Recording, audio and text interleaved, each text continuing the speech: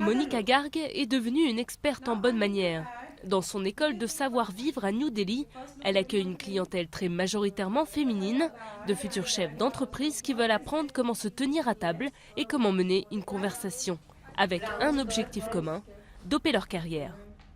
Il y a tant de rencontres, tant de contrats qui se font autour d'un déjeuner ou d'un dîner. Donc il est très important de faire bonne impression. Cette impression se fait durant les 7 premières secondes suivant la rencontre avec quelqu'un.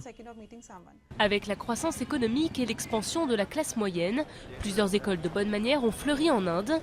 Le pays est devenu un marché prisé par les grandes entreprises internationales, des entreprises qu'il faut savoir séduire. Les gens ont l'impression que les Indiens n'ont pas du tout de bonne manière. Alors je veux juste leur montrer que les Indiens sont égaux aux Occidentaux et qu'ils peuvent bien se comporter. Ce n'est pas parce que nos traditions sont différentes que nous n'avons pas de bonne manière. Et dans l'avenir, je vais être amenée à interagir de plus en plus avec des chefs d'entreprise. Donc vous savez, je dois apprendre beaucoup de choses.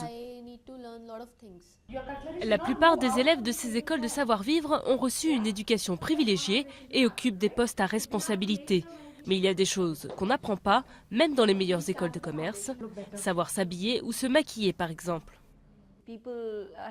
Vous savez, les gens sont devenus très matérialistes. Si vous n'êtes pas bien habillé ou coiffé, ils ne vous prennent pas au sérieux.